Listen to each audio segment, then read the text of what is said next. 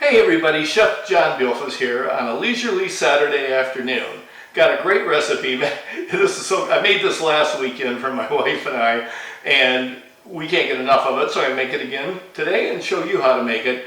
It's a Peruvian fish chowder, and it's out of this world. A couple years ago, Morgan and I fell in love with Peruvian food in Miami. About the same time, we were blessed with a beautiful Peruvian granddaughter. So let's dedicate this to Isa, my beautiful Peruvian granddaughter, and let's show you how to make this. Now for starters, I've got everything here that you're going to need to make it. So let me just go through it. As always, I'm going to give you the recipes, at the end of the video. But we've got olive oil. I've got oregano and cumin, salt and pepper, some chopped cabbage, one big red onion chopped, about 20 creamer potatoes, some minced garlic. This is called ají amarillo paste, and you can get it on Amazon. If you can't get this, substitute any kind of hot pepper paste that you like. It's going to be just as good. I have 3 pounds of fish here that I've cut in pretty big chunks. 2 pounds of this is grouper and 1 pound of this is flounder. I've been getting all my fish from Surf City Fish in Surf City, North Carolina. It's inexpensive, it's delicious, they get it to you, and it's like they just caught it in the morning when I get it here in Michigan. This is 8.5 cups of fish stock. That's a lie. It's not fish stock. This is lobster stock. And I make it with Better Than Bouillon lobster base. And it's just delicious. I've been using it in all my fish soups for a couple years. It's fantastic. I've got a pound of lima beans and a pound of butternut squash. So let's get right to making this. And God, I hope you love it as much as I do. It's fabulous. So look at this grouper I got from Surf City Crab. I said Surf City Fish a minute ago. I meant Surf City Crab. I'll give you a link at the end of the video to how to find these guys. To start this, I've just added a little extra virgin olive oil. It wouldn't have to be extra virgin. If you just had regular olive oil, that'd be fine.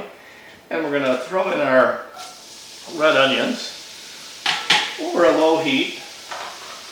Give them a pinch of salt. And we're going to stir these around and just soften these up for about 5 minutes. Now this has been about 5 minutes. This was one large red onion that I minced finely. It's been just about long enough. We're just trying to soften them up. We don't want to get any brown on them. So now I'm going to add 2 tablespoons of minced garlic. We're going to saute this for about a minute. And now we're going to add our ají amarillo paste. This was 3 tablespoons. The recipe I'm going to show you is going to call for 2 or 3. It just depends on how spicy you like it. Now, some people would say with 3 tablespoons it's not very spicy. For Morgan and I, 3 tablespoons was plenty. And I've got a tablespoon of oregano and a teaspoon of cumin. I'm going to put a good pinch of salt and a good pinch of black pepper. And we're going to saute this for about 5 minutes. Now this is sauteed for about 5 minutes, just soften it up real nice. And we're going to go ahead and I'm going to add my lobster stock. I'm going to turn up the burner to a medium high. I'm going to add my potatoes, my uncooked butternut squash, and my lima beans. I'm going to add my cabbage. Now this has come up to the boil. I'm just going to give it a good stir, turn it down to a simmer, and let it cook for 7 or 8 minutes, just so those potatoes are almost done. So this is simmered now for 8 minutes, and so what you have here now is your chowder. And at this point you could put 3 pounds of shrimp in it, cook it for 2 minutes, and you got shrimp chowder. You can put any fish that you have. I have this beautiful grouper I got from Surf City Crab, and some flounder I also got from there. So now I'm going to drop these chunks of grouper in.